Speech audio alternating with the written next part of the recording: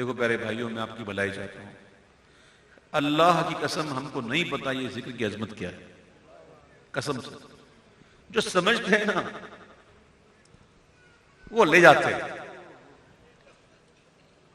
اس ذکر کی عظمت کا مقام بہت اعلیٰ ہے۔ حضرت بشر حافی رحمۃ اللہ تعالیٰ علیہ، پتہ ہے ان کو ولایت کیسے ملی تھی؟ وہ توبہ سے پہلے کہتے ہیں کہ توبہ سے پہلے وہ شراب نوشی میں تھے۔ ایک دفعہ وہ اسی حالت میں آ رہے تھے کہ راستے میں ایک کاغذ پڑا تھا جس پر اللہ کا یا حضور کا نام لکھا تھا، یاد نہیں آ رہا، بہت پہلے پڑا تھا۔ تو انہوں نے اس کو اٹھا کر اس کو صاف کر کے معطر کر کے یوں رکھ دیا اوپر۔ اللہ کو یہ بات پسند آ گئی، اللہ نے ان کو ایسا مرتبہ عطا فرمایا کہ جب تک زندہ رہے آپ نے چپل نہیں پہنی۔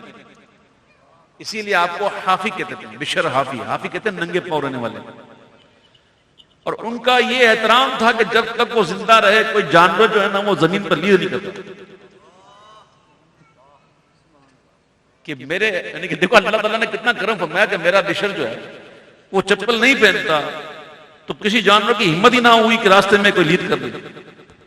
اور جیسے ہی کسی دن ایک جانور نے لید کر دی نا تو کس نے کہا لگتا ہے آج بشر چلے گا، آج بشر چلے گئے، اور ہوا بھی یہی۔ جو اس نام کا ادب کرتا ہے اس کو کیسا مل جاتا ہے؟ تو یہ تو پورا ذکر ہے۔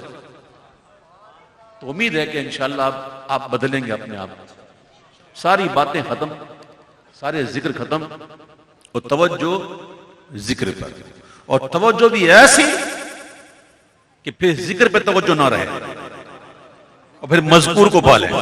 سبحان اللہ، جب مذکور کو پالے نا بندہ تو پھر ذکر بھی بھول جاتا ہے۔